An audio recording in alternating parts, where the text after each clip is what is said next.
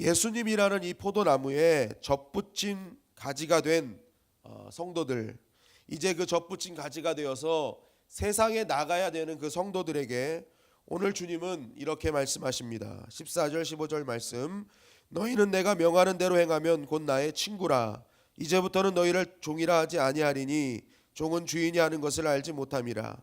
너희를 친구라 하였노니 내가 내 아버지께서 들은 것을 다 너희에게 알게 하였음이라. 무엇이라고 하십니까? 이제 너희가 세상에 나가기 전에 정말 먼저 해야 될 일이 있는데 그것은 너와 내가 새로운 관계를 맺는 것이다 라고 말씀하는 것입니다. 그런데 그 관계가 어떤 관계예요? 이제는 종의 관계가 아니라 친구의 관계다라고 말씀하시는 것입니다. 종의 관계는 무엇입니까? 주와 종의 관계는 일 때문에 만나는 것입니다. 그런데 친구의 관계는 무엇입니까? 인격적으로 동등한 관계를 말하는 것입니다. 즉 예수님은 이제는 너희는 나와 일로 만나는 것이 아니라 인격적으로 동등한 자리에서 나와 만나야 된다. 나와 같은 그런 인격적인 만남이 있어야 된다. 이제부터 너희가 종의 관계가 아닌 인격적인 친구의 관계가 있을 때 바른 관계를 가진 것이고, 그러한 관계를 맺는 자에게 항상 열매가 있을 것이며, 그런 관계를 맺는 자만이 내 이름으로 구할 때 하늘에 계신 아버지가 모두 응답해 주실 것이다 라고 말씀하시는 것입니다. 16절 말씀에 너희가 나를 택한 것이 아니요 내가 너희를 택하여 세웠나니 이는 너희로 가서 열매를 맺게 하고 또 너희 열매가 항상 있게 하여 내 이름으로 아버지께 무엇을 구하든지 다 받게 하려 함이라. 여러분, 이 약속은 너무나 귀한 약속인 줄 믿습니다. 오늘 우리에게도 예수님의 이 약속이 우리 삶 가운데 풀어지는 역사가 있게 될 줄 믿습니다. 그런데 중요한 것은 이러한 약속의 성취는 내가 어떤 일을 해서 이루어지는 것이 아니라는 것이죠. 노력해야 이루어진다는 것이 아닌 것입니다. 그것은 종의 관계가 있을 때 이러한 일이 성립되지만 친구의 관계는 그렇지 않다는 것이죠. 결국 예수님은 너희가 정말 이러한 하나님의 약속의 실천자가 되기 위해서는 오늘 어떻게 하라는 거예요? 바른 인격적인 관계를 맺으라고 하는 것입니다. 우리는 오늘 이 말씀을 보면서 아주 중요한 영적인 진리를 깨닫게 됩니다. 여러분, 이 땅을 살아가는 우리에게 정말 성도로 접붙임을 당한 자들, 예수님의 포도나무에 접붙임을 당한 우리에게 주님께서 가장 원하시는 것이 무엇인가 하는 것이에요. 우리는 예수님께 일단 은혜를 받고 나면 어떡합니까? 세상으로 뛰어갈 준비를 먼저 한다는 거예요. 세상에 나가서 어떤 상황에서도 버티며 복음 증거하고 세상에 나가서 주를 위해 일하는 것을 가장 우선순위로 여기는 것입니다. 그런데 오늘 주님은 그렇게 말씀하고 있지 않죠. 그것도 중요하지만 너희들이 가장 먼저 신경 써야 될 것은 무엇입니까? 바로 예수님과의 바른 인격적인 관계를 유지하는 것, 이것을 더 중요하다고 말씀하고 계시는 것입니다. 여러분, 오늘날 신앙생활 가운데 가장 큰 문제점은 무엇입니까? 스스로 인격적인 관계가 아니라 자꾸만 도구의 관계로 맺으려고 하는 것이에요. 많은 일들을 준비하고 진행하면서 주님과의 인격적인 관계는 다 사라져버리고 기계처럼 일만 하고 결과만을 바라는 그러한 모습으로 우리는 나아갈 때가 많다는 것입니다. 그러다 보니까 예수님을 바라볼 때 바른 인격적인 관계, 신랑과 신부요, 친구인 이런 관계를 우리가 항상 묵상해야 되는데, 이러한 일의 관계, 기계적인 관계로 나아가니까 어떡합니까?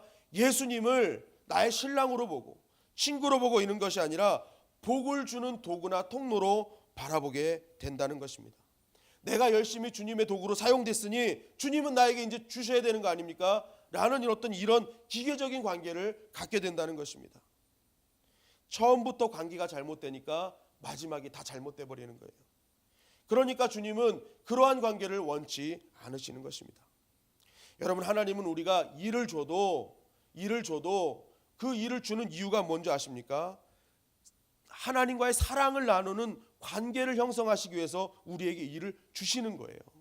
그러니까 일을 하면 할수록 예수님과 사랑의 관계가 더 충만해져야 되고요, 하나님과의 그런 인격적인 관계가 더 충만해져야 되는데, 일을 하면 할수록 어떤 일이 벌어집니까? 주님과의 인격적인 관계, 하나님과의 관계가 자꾸만 멀어지고 나는 그냥 일에만 몰두하는 거예요. 그리고 일하고 나서 어떡합니까? 내가 이 정도 했으니까 주님이 이제 나에게 주셔야 될 거 아닙니까? 우리 자꾸만 이렇게 나아간다는 거예요. 일을 딱 끝마치고 주님, 난 주님을 너무 사랑합니다. 정말 하나님 너무 사랑합니다라는 고백이 사라져 버린다는 거예요. 여러분, 일을 맡기시는 것은 더 사랑하기 위해서 우리에게 일을 맡기시는 줄 믿습니다. 여러분, 베드로는 예수님을 3년 동안 가장 최측근에서 예수님을 보좌했습니다. 그러나 그렇게 최측근이었던 베드로는 결정적인 순간에 예수님을 3번이나 부인했습니다. 그런데 이렇게 예수님을 부인하고 도망갔던 베드로에게 예수님은 다시 한번 찾아오셨어요. 그리고 나서 베드로에게 얘기합니다. 넌 왜 날 버렸니? 부인했니? 도망했니? 이렇게 얘기하셨어요? 그렇게 얘기하지 않으셨죠. 예수님은 3번에 걸쳐서 이렇게 얘기하셨습니다. 내가 나를 사랑하느냐? 내가 나를 사랑하느냐? 내가 나를 사랑하느냐? 여러분, 이 말씀이 무엇입니까? 예수님은 베드로의 실패의 원인을 정확하게 꿰뚫고 계셨어요. 그게 무엇입니까? 베드로는 3년 동안 예수님을 채찍근에 있었지만 베드로는 계속 종의 관계만 유지했다는 거예요. 기계적인 관계만 유지했어요. 그러니까 예수님은 알았어요. 네가 계속 그런 종의 관계, 일의 관계로 나와 엮여 있으면 너는 또 이러한 실수를 범할 수밖에 없다. 진짜 네가 실수하지 않고 또 다른 그런 죄의 자리에 들어가지 않는 방법은 너와 나가 사랑하는 관계가 돼야 된다. 바른 인격적인 관계가 될 때 너는 나를 버리지 않을 것이라는 정확한 진단이 있으셨던 것입니다.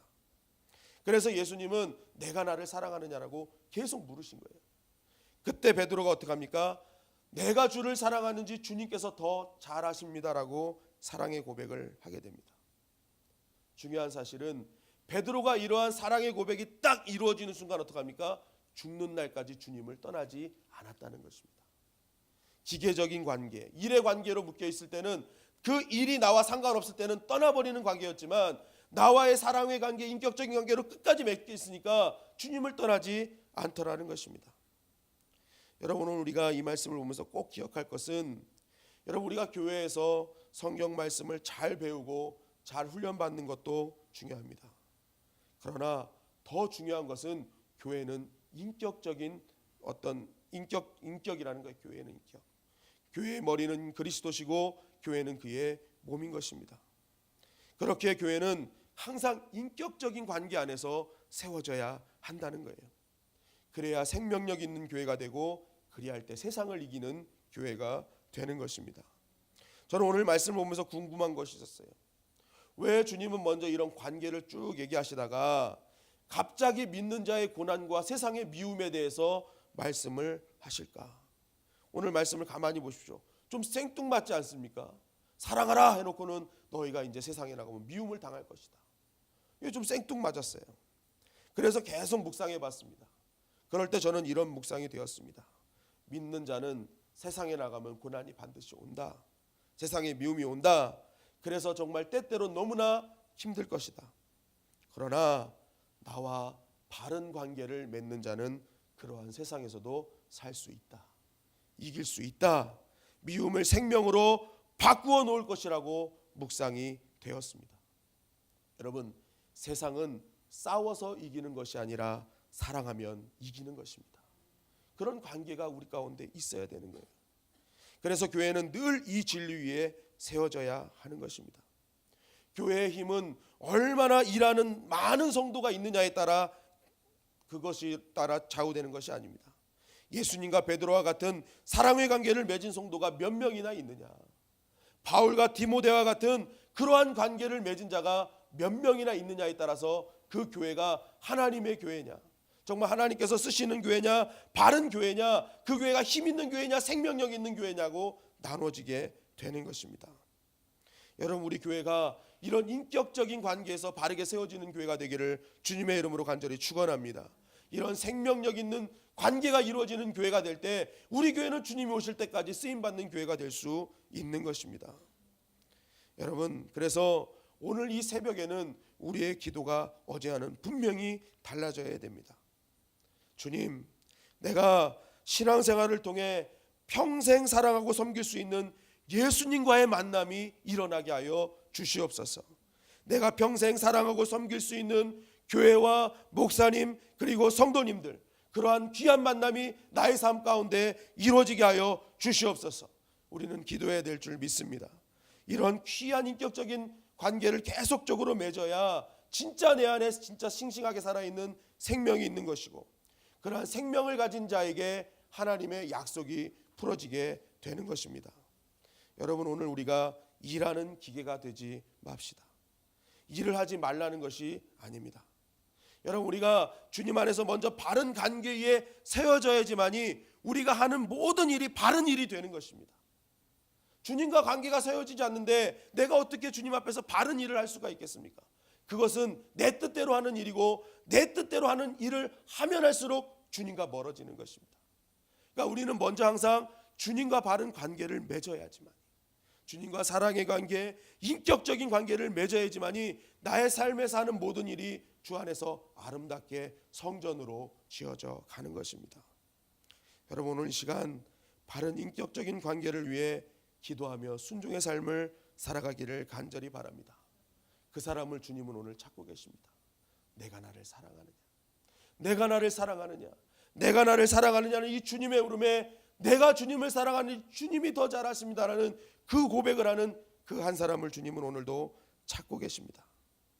여러분, 우리가 이러한 바른 인격적인 관계, 사랑의 고백이 있을 때 우리는 세상에 미움이 있을지라도, 환난이 있을지라도 당당하게 나는 주님의 신부라는 그러한 믿음의 고백을 우리는 할 수 있는 것입니다.